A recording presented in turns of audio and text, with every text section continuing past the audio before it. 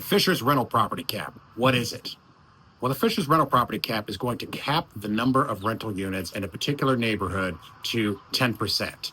If you already have a rental property in that neighborhood, you are grandfathered in. So that does not mean that you will not be able to keep your rental property. Why do I think that the rental property cap in Fishers is a good thing? Well, let me tell you, I'm a realtor in central Indiana, and I help people try to find homes all the time. And right now, there is a significant lack of homes for families that are trying to enter into the market, especially in Fishers. So what they are trying to do is they're trying to allow more people to have access to good quality homes in a good quality community and not have those all snapped up by institutional investors like large hedge funds.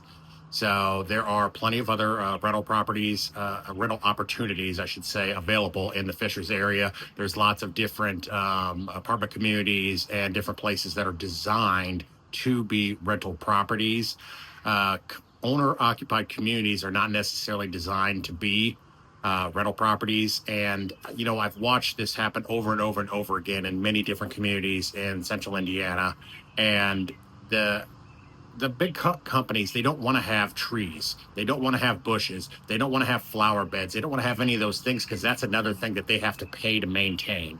So if the tree, gets broken in a windstorm or something like that, instead of just trimming that single limb, they'll take the whole entire tree down because that means next time they won't have to spend money on trimming that tree. They don't want to put in flower beds. They don't want to put in anything that's going to cause them a little bit of extra money.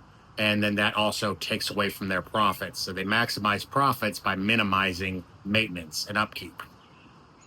So one of the things I keep seeing out there is the narrative that this is going to hurt homeowners. It's going to hurt the resale on their home. My experience is that this does not hurt it. It actually helps it. So it actually raises your ability to sell your home because you don't have a bunch of different renters in your community. The community is more beautiful. You have people that are owner occupants. You have people that are vested in that community and want to see that community succeed and stay vibrant and flourishing for years to come. And that's what's going to keep your property values higher. And if you actually look at the data actually suggests that owner-occupied properties have much higher resale value. Camera's blowing around.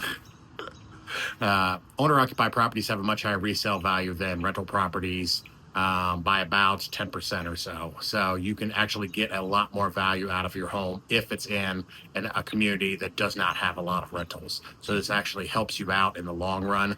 And it just benefits you in so many different ways that it's hard. So let's talk about what happens next. So tonight, April 21st, 2025, they are going to have a meeting. So you can attend this meeting.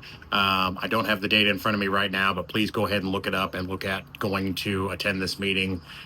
Each homeowner can have about 2 minutes to speak, and you can also reach out to the mayor of Fishers as well if you would like to express your comments that way. So there's a possibility that they may vote on this tonight. So you might want to get your comments in sooner rather than later. Once it is approved, then they will send out notices to homeowners that are suspected of having rental properties. And then what they want you to do is they want you to register with the city. So everybody that has a rental property will be required to register the rental property with the city. And communities that have over 10%, they will not be allowed to have any more rental properties in that community. If you are in a community that is over 10%, you are grandfathered in. You are not required to give up your rental property. However, they will not allow any more to come into that community. And if you're in a new build community and, they don't have more than 10% in there already, then you will be allowed to buy them up to 10%.